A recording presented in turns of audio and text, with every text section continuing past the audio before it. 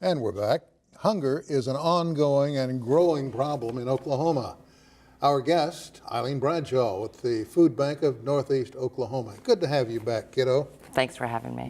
I just said a while ago, you feel like family. I appreciate We that. see you around here so that much. you get us up here. Listen, before we get into the calendar events that are all coming together for you, with the hurricane in Houston, the damage it caused in other states, the hurricane down in Florida, and likewise the damage it left behind, did that impact the food bank here? It does impact our food bank. First, we sent some food down to Houston. There were 5 food banks affected down in that area, and they asked for like number 10 cans, so the congregate feeding. So we sent some food down, but when big disasters happen, much less 2 of them, we certainly feel an impact in terms of financial support and food. People are moved when they see those pictures, and rightly so. And so some of the major food donors are putting hot shots of food down there. And of course, a lot of folks are wanting to contribute to make sure that the folks in Florida and Texas are okay. And now help is pouring in from everywhere. We have a wonderfully generous country, don't we? We do. I am so proud to be a part of this country. Anyway, back to where we're talking about. I want to point out we're taping this on the 14th. That's right. 14th. This is the 14th. So tonight is Girls' Night Out. Tonight is Girls' Night Out. And that's? It's at the food bank. It's really one time of year when we just invite in women of all ages. We have young children. We have people, you know, last year I think the record person who would admit it was in 90s. So we have a big spectrum of women coming in just to kind of see where their support goes and where they might plug in. Is there a volunteer job or something of interest to them at the food bank? So it is a bit of an open house, isn't it? It is an open house. We've got, you know, drinks and food and lots of activities. People can check out our new boxcar farms if they want to see what those look like. Just a good time for people to get out and see what we do and how they might want to support it. Coming up on the 19th, I understand you have a food bank open house. We do, and that's co-ed. And how does, oh, well. It's very similar to what goes on tonight, but it's co-ed. We have a lot of people who, you know, write checks to the food bank, and they've never actually been there. So we throw open our doors and want people to come and see what their generosity empowers. And last but not least, September 22nd through October 1st, Take a Seat. This is a big deal to me.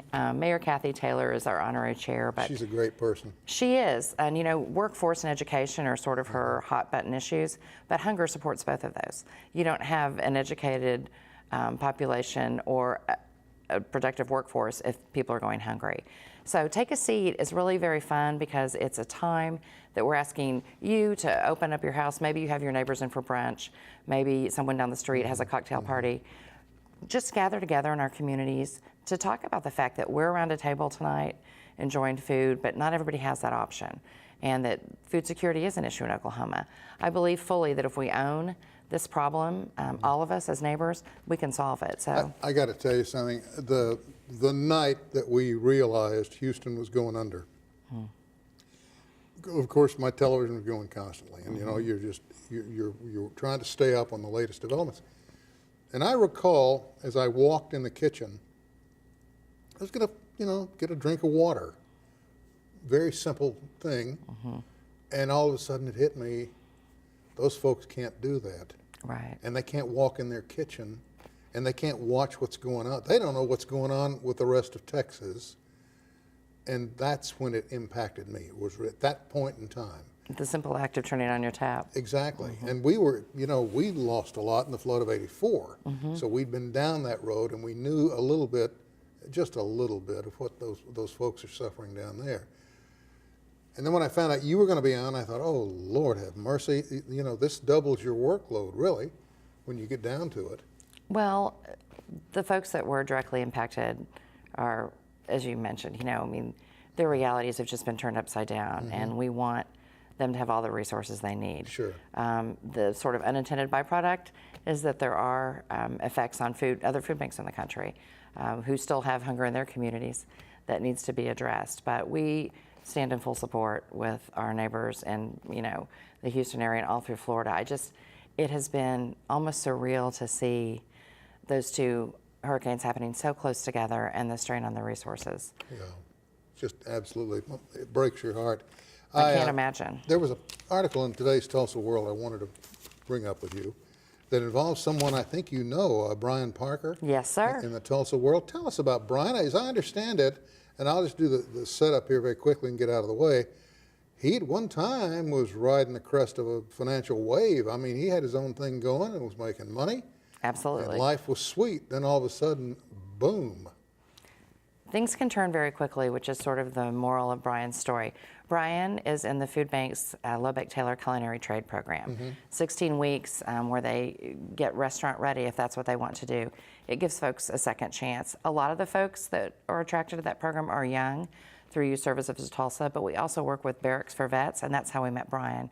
He is a Navy veteran, and he married a woman in Japan when he was stationed there. They stayed there. He had a chain of English language schools. He has 2 very successful daughters that live in Japan. But he came back here to take care of his father. He divorced, came back to Tulsa to take care of his father who was ill, and just had a series of unfortunate events. I think they were compounded by some depression and anxiety. Yeah, well, his father died. Yes, and his father died. He then went out looking for a job, fell short on resources, and he very eloquently describes the fact that when you're living in a weekly rent or day-to-day motel and somebody has to call the front desk to set up an interview, most of the time those calls don't come. Yeah. And he said, gradually he lost his home, he lost his car, and he believes that if it weren't for the food that he got through participating in SNAP, that he would have been completely homeless and on the streets. And he's on the cusp, I mean, right on the edge of being a major success story.